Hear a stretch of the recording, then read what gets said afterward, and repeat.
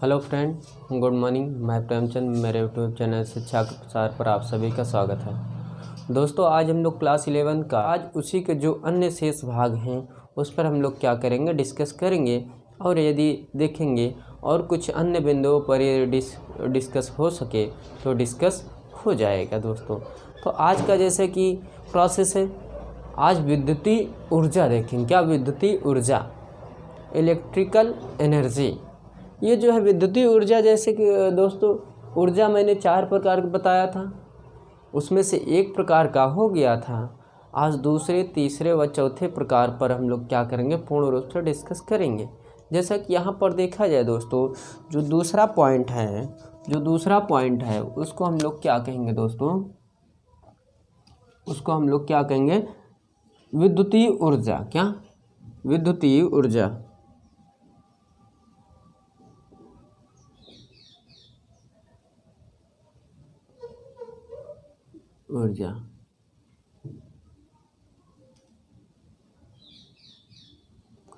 ये होता क्या है दोस्तों, इसको हम लोग लिखते हैं, फिर उसके बाद इसके बारे में पूर्ण रूप से क्या करते हैं, समझते हैं।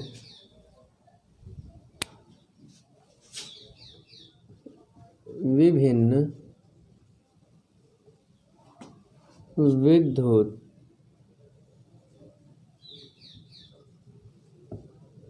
विद्युत उपकरण यथा पंखे,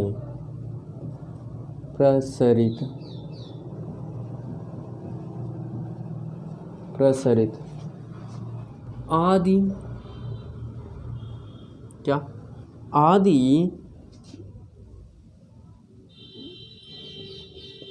जिस ऊर्जा के क्या प्रभाव में कार्य करने की क्षमता प्राप्त करे, तो उसे हम लोग क्या कहेंगे, तो उसे विद्युत या विद्युतीय ऊर्जा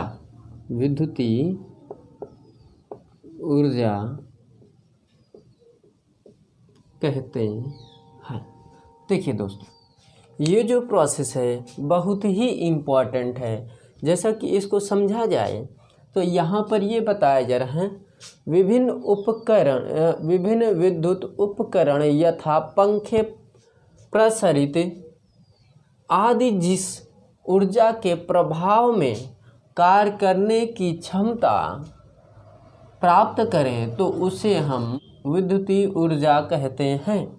जैसा कि यहाँ पर यह बताया जा रहा है कि विद्युत उपकरण यथा, यानी कि जो प्रोसेस है, जैसे कि आपके घरों में पंखा, कूलर, फ्रिज, टीवी इत्यादि कुछ उपकरण हैं जो जिसमें ऊर्जा क्या होती है, ऊर्जा के प्रभाव में कार्य करने की क्षमता प्राप्त होती है, उसे हम लोग क्या कहेंगे, विद्युतीय ऊर्जा कहेंगे। क्या? विद्युतीय ऊर्जा कहेंगे। उसी के नीचे एक प्रोसेस और है, इसी का तीसरा, जैसे कि इसी का तीसरा पॉइंट, जिसको ऊर्जा का जो तीसरा पॉइंट था उसको भी देख लेते हैं। उसको हम लोग रासायनिक ऊर्जा। क्या? रासायनिक ऊर्जा। और रासायनिक ऊर्जा को हम लोग इंग्लिश में कहते हैं केमिकल।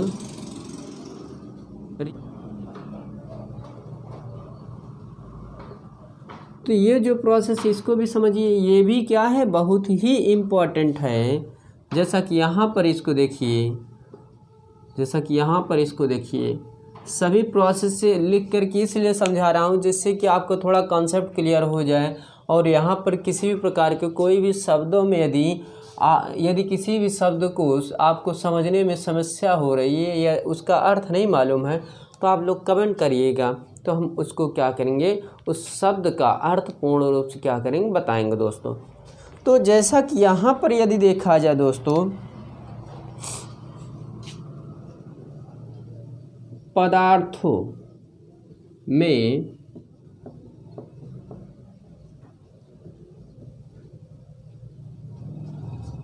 संग्रहित वह ऊर्जा, क्या, वह ऊर्जा जिसका, लिख लीजिए, ऊष्मा के रूप में, ऊष्मा के रूप में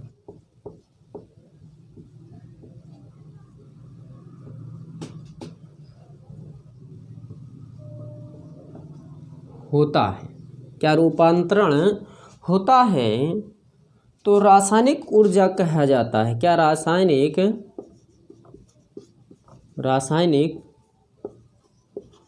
ऊर्जा कहा जाता। जैसे कि यहाँ पर हम लोग एग्जाम्पल देख सकते हैं। यहाँ पर एग्जाम्पल क्या होगा दोस्तों, यहाँ पर हम लोग कह सकते हैं लकड़ी, कोयला, क्या, लकड़ी, कोयला, क्या, लकड़ी, कोयला, कुकिंग गैस हम कह सकते हैं, क्या, कुकिंग गैस, या पेट्रोलियम उत्पादों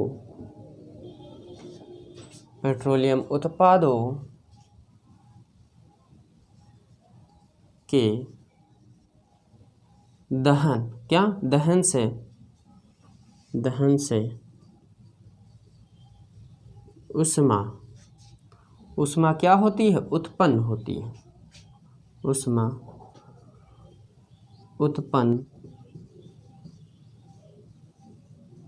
होती है। तो यहाँ पर देखिए, इसको समझिए, ये भी क्या है, इम्पोर्टेंट है। अब देखिए, जैसा कि यहाँ पर ये बताया जा रहा है कि पदार्थों में संग्रहित वह ऊर्जा जिसका ऊष्मा के रूप में स्थानांतरण होता है, उसे हम लोग क्या कहेंगे, रासायनिक ऊर्जा। जैसे कि हम लोग लकड़ी ले लीजिए और लकड़ी क्या करिए, जलाइए, वो क्या होगा, ऊष्मा के रूप में क्या होगा, स्थानांतरण होगा।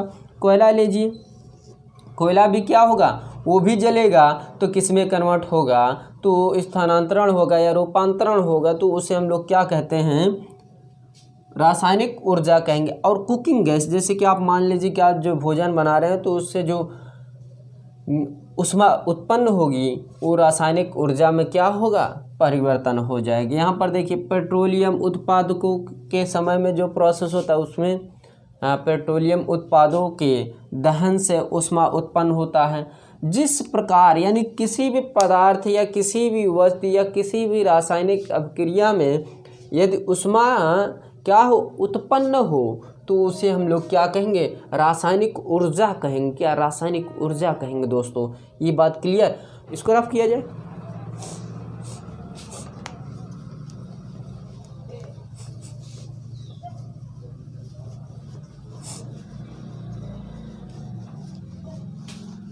यहाँ पर एक कड़ी छूटेगी दोस्तों। जैसा कि यहाँ आप ये जानते हैं कि जब स्थितिज ऊर्जा पढ़ेंगे तो उसमें कुछ बल उत्पन्न होंगे, लेकिन पहले हम लोग कुछ बलों के बारे में जान लेते हैं, फिर उसके बाद क्या करते हैं, स्थितिज ऊर्जा के बारे में क्या करेंगे, डिस्कस करेंगे। जैसे कि बल हम आपको पढ़ा चुके हैं।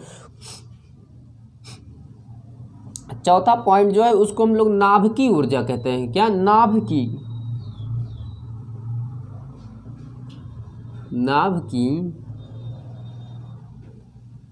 ऊर्जा। नाभिकीय ऊर्जा को हम लोग नेचुरल कहते हैं। क्या, नेचुरल एनर्जी।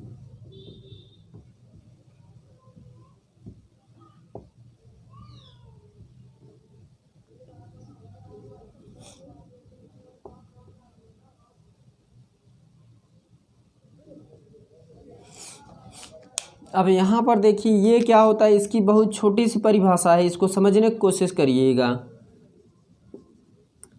यह ऊर्जा, क्या, यह ऊर्जा किसी नाभिक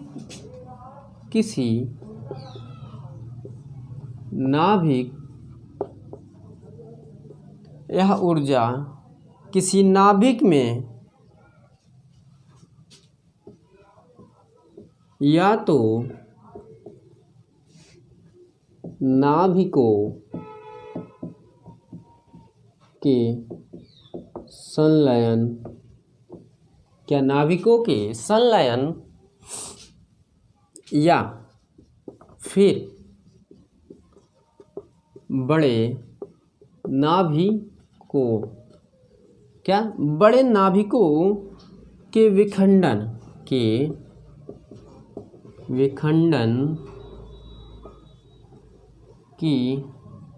प्रक्रिया में, विखंडन की प्रक्रिया में क्या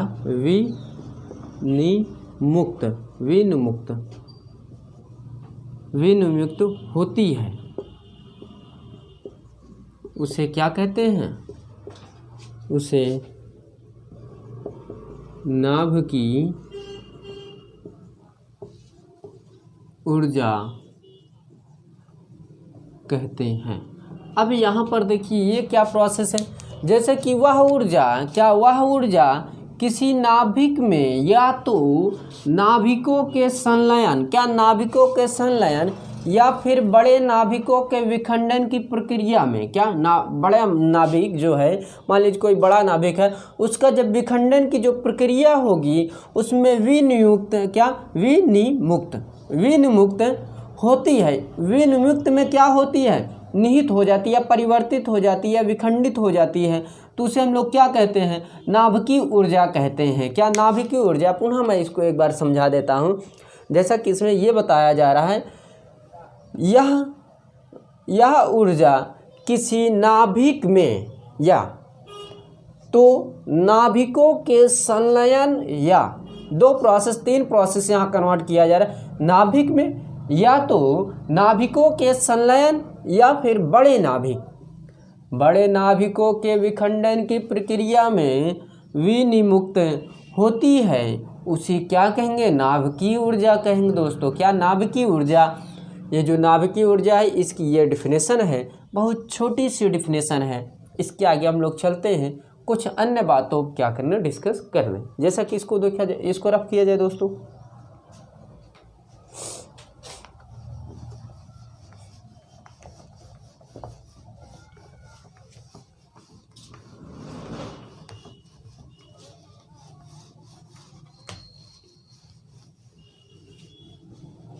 अब जैसे कि आपका एक पॉइंट बिंदु है, इसी के अंतर्गत कुछ बिंदु आएंगे, जैसे संरक्षी बल। क्या? संरक्षी बल। ये बल जब आप पढ़े रहेंगे तभी स्थितिज ऊर्जा और गतिज ऊर्जा के सूत्रों का क्या होगा? निगमन होगा दोस्तों। क्या? स्थितिज ऊर्जा व गतिज ऊर्जा का निगमन होगा। तो जैसा कि यहाँ पर ये परिभाषा क्या होगी? यदि किसी कण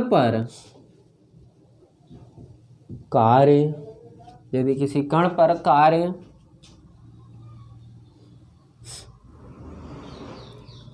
करने वाला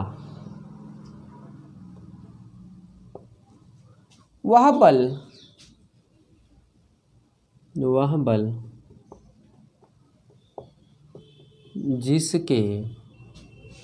जिसके अंतर्गत कण को एक बिंदु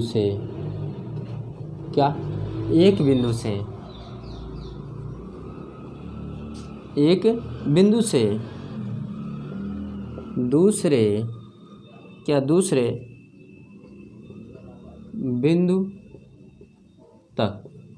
दूसरे बिंदु तक ले जाने में किया गया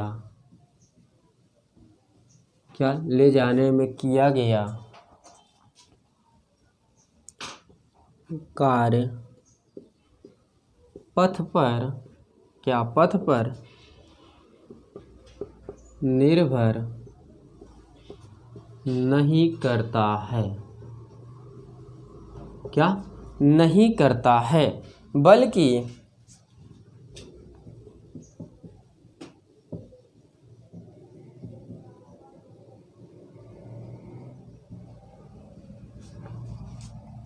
क्या प्रारंभिक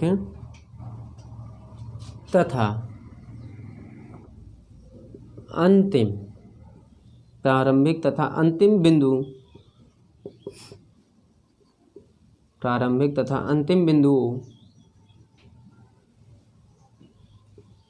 की स्थितियों निर्भर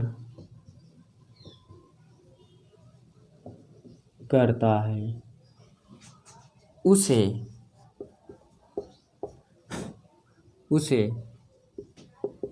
संरक्षी बल कहते हैं। जैसे कि इसको हम समझते हैं, लेकिन इसके पहले हम इसका विशेषता देख लेते हैं। संरक्षी बल की विशेषता क्या होती है? क्या विशेषताएं?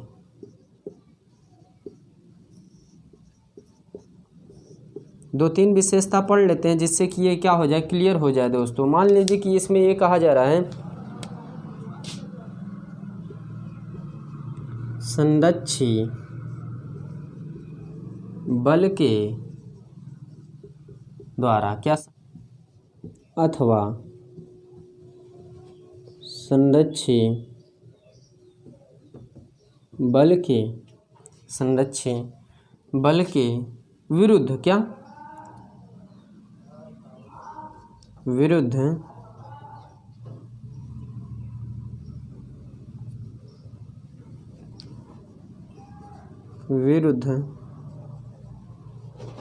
क्या, विरुद्ध किया गया क्या, कार्य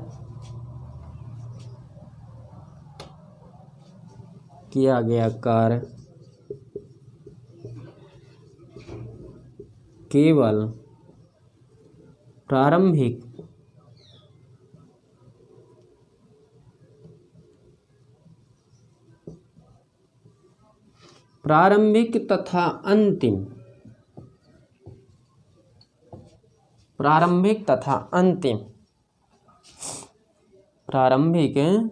तथा अंतिम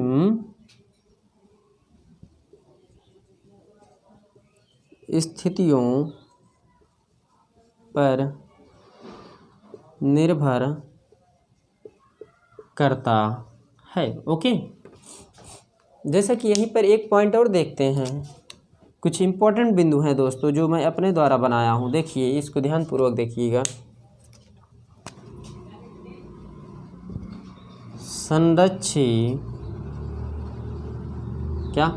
संरक्षी बल अथवा संरक्षी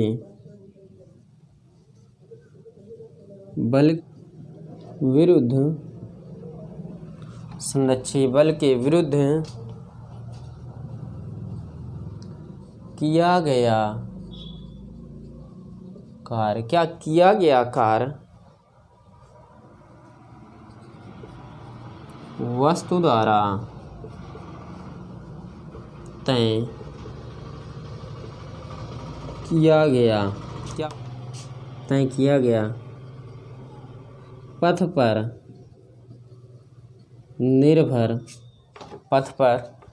निर्भर नहीं करता है। ओके, अब जैसे कि ये जो मुख्य बातें हैं इसको हम लोग देखते हैं। अब यहाँ पर ये बताया जा रहा है दोस्तों, संरक्षी बल जो है, यदि किसी कण पर कार्य करने वाले वह बल जिसके अंतर्गत कण एक बिंदु से दूसरे बिंदु तक लाने में किया गया कार्य पथ पर निर्भर नहीं करता, क्या रास्तों पर क्या करता, निर्भर नहीं करता। पथ माने क्या होता है, पथ का अर्थ रास्ता होता है।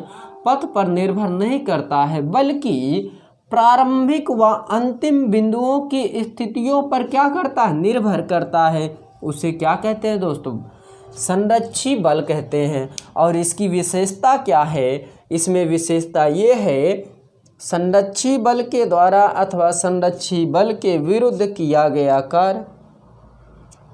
कार्य केवल प्रारंभिक अथवा अंतिम स्थितियों पर निर्भर करता है। यहाँ पर निर्भर कर लिया पहरावा, क्या अंतिम, वहीं पर यहाँ भी वही प्रोसेस हो रहा है, वही नीचे भी वही प्रोसेस समझाया जा रहा है। देखिए, संरक्षी बल द्वारा अथवा संरक्षी बल के विरुद्ध किया गया कार्य वस्तु द्वारा तय किया गया पथ पर निर्भर नहीं करता है। ये 2-3 पॉइंट जो है मैं अपने द्वारा क्या किया हूँ, बनाया हूँ, जो आपके सामने रखा। यदि आपको परिभाषा याद हो गई तो परिभाषा के अकॉर्डिंग हम लोग विशेषता भी उससे 2 या 3 पॉइंट विशेषता क्या कर सकते हैं, बना सकते हैं। ओके, अब इसके आगे एक बिंदु और है, इसको रब किया जाए दोस्तों। फिर इसके बाद हम लोग क्या देखते हैं, असंरक्षी बल देखते हैं।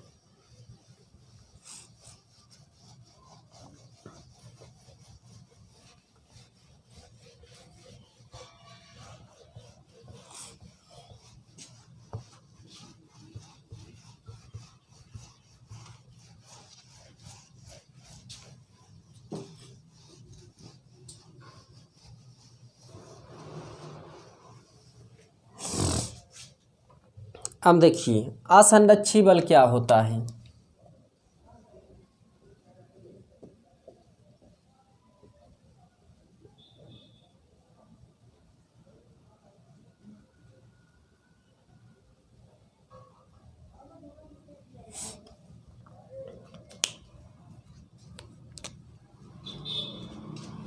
देखिए, किसी कण पर कार्य करने वाला, किसी कण पर कार्य करने वाला वह बल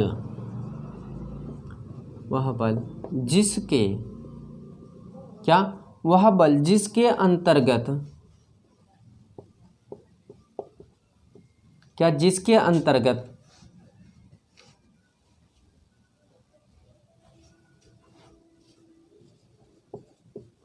कण को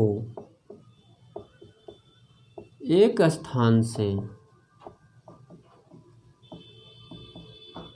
दूसरे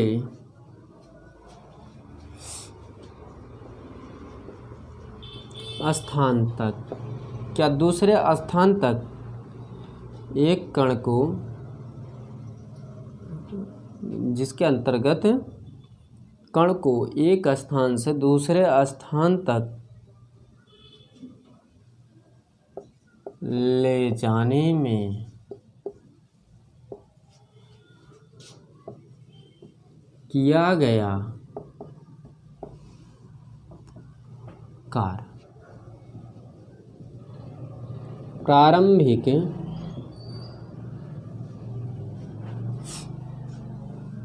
तथा अंतिम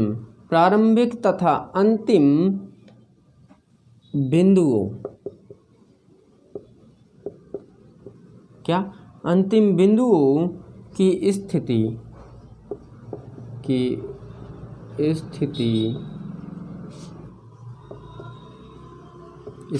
के साथ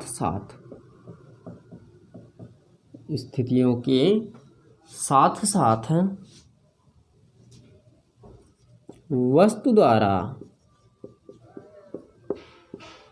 तय किया गया, वस्तु द्वारा तय किए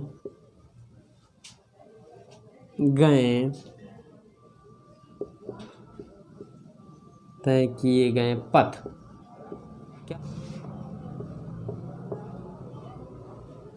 ही निर्भर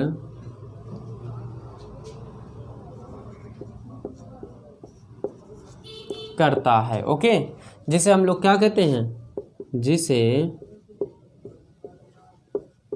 असंरक्षी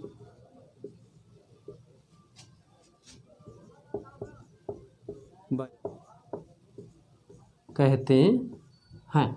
ये प्रोसेस क्या है दोस्तों, इसमें भी विशेषता है, लेकिन विशेषता को हम लोग इसी के साथ पढ़ेंगे।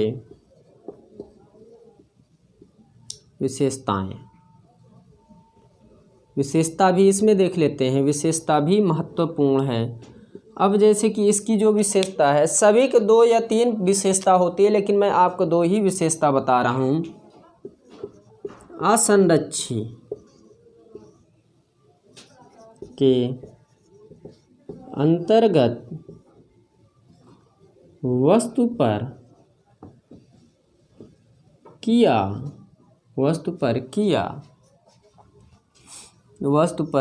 किया गया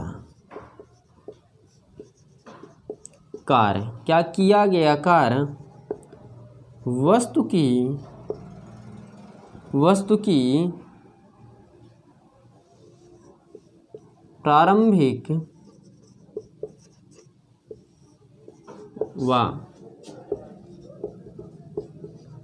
अंतिम अवस्थाओं पर के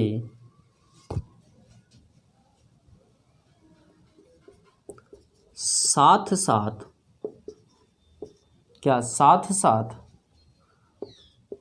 पथ पर निर्भर करता है। अब देखिए इसका एक पॉइंट और देख लेते हैं, मान लीजिए सेकेंड पॉइंट। हाँ, जैसे इसका सेकेंड पॉइंट देखा जाए तो इसकी सेकेंड पॉइंट ये हो जाएगी, असंरक्षी बल के अंतर्गत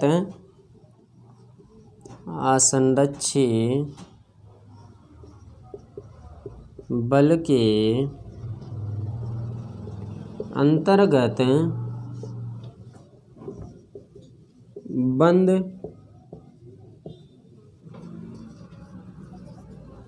अनुदिश किया गया, क्या किया गया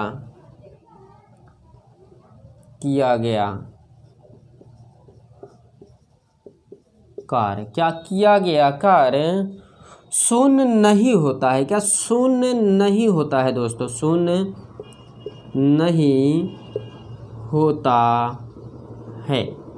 ये जो प्रोसेस है दोस्तों, ये 2 बिंदु हैं जो विशेषता के अंतर्गत या विशेषताएं के अंतर्गत आती हैं, जो बहुत ही इम्पोर्टेंट है। जैसा कि इसको यदि समझा जाए तो इसमें प्रोसेस ये होगा, असंरक्षी बल होता क्या, इसको हम लोग देखते हैं।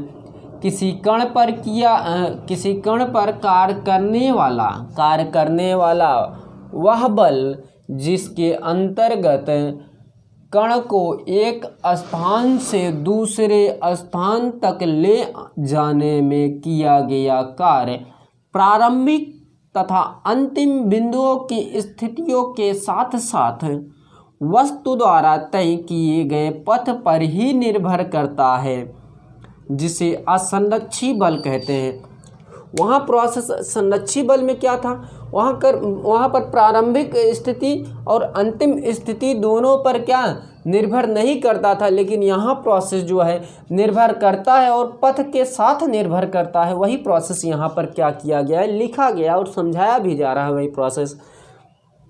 अब जैसे कि इसकी विशेषता क्या है, इसकी विशेषता हम लोग देखते हैं।